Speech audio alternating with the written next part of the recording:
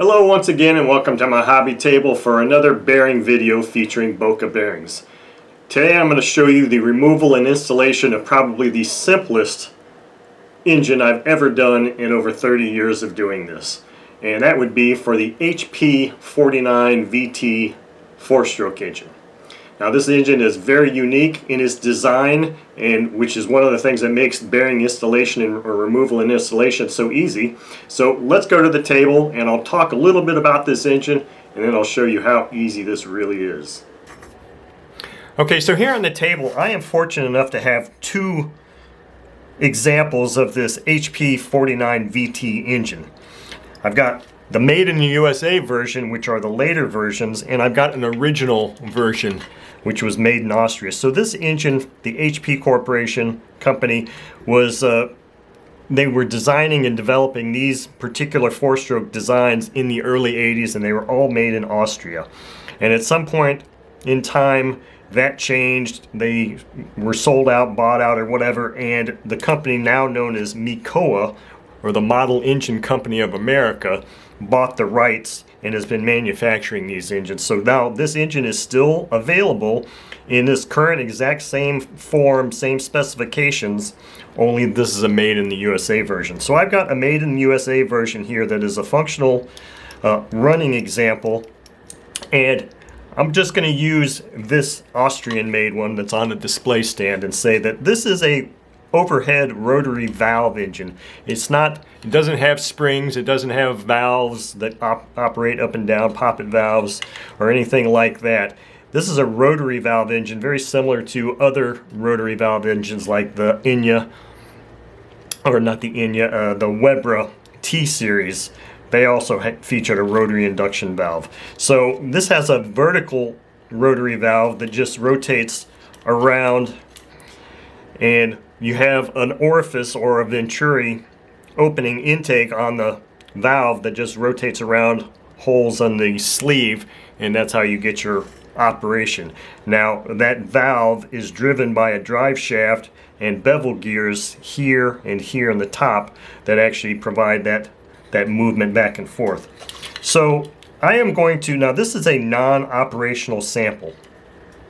This is actually a sad story. It's a very new engine that on about the 6th run, a catastrophic event happened and it was destroyed. The sleeve let go. So this engine was sent to me to feature as on my channel, and I'm going to use this to demonstrate exactly how easy it is to remove and replace bearings on this particular engine. So this engine is also unique in that it features a split crankcase. It doesn't have a removable head or a front housing, but the lower half of the crankcase itself is what comes off. It comes apart right here just below the mounting lugs, and it's held in place with 6 screws. So I am going to demonstrate the removal and installation of bearings using this while it's on the display mount, just because it's going to be a lot easier. So I'm just going to remove these 6 screws that are already rather loose because I was looking inside of it. So now the upper housing and the lower crankcase are separated, and you just pop it apart just like that. Now on an operational engine there would still be a piston and connecting rod connected here, and you'd have to pull that out of the head too, but this engine does not have that in place at this time. But as you can see here, it's just a standard crankshaft supported by 2 ball bearings, and then here's that bevel gear that I was talking about, and this drive shaft in the back just engages in that, and it's what sends a rotational movement up to the rotating valve. So this is how simple it is to replace bearings on this engine. You basically just lift the connecting rod out of the housing, and you can take your prop hub off. Probably the most difficult job on this, on a engine that's been run, would be to remove the prop hub and maybe this conical part there. So basically all I'm going to do is I'm just going to tap this lightly on the vise to get the bearing off, get that tapered collet off, and do the same thing with the rear bearing. I'm just going to use my fingers Now this is a low time engine, so it's very easy to do, so you might actually have to use some tools for an engine that's actually got more time on it. But I mean, you can see 6 screws, pop this thing out and take the pieces off, take the bearings off, and you're done. So that's as simple as that is. Now I'm not going to actually go in and put new bearings on this engine because it's a non-functional engine, but that is basically what it is. So when I got this engine, I was going to make this video for Boca. I went to their website and I was looking for the kit number for the 49 VT engine, and there wasn't one available.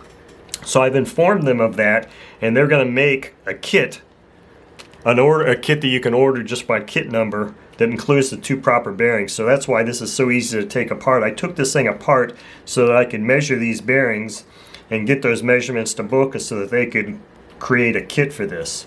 So I'm not sure. I ordered a set of bearings. Now I'm not exactly sure if the seals and shields that they're going to have on the kit are going to be the same as the bearings that I ordered here. But either way, what you would do is make sure you copy exactly how they come off, whereas in 99% of all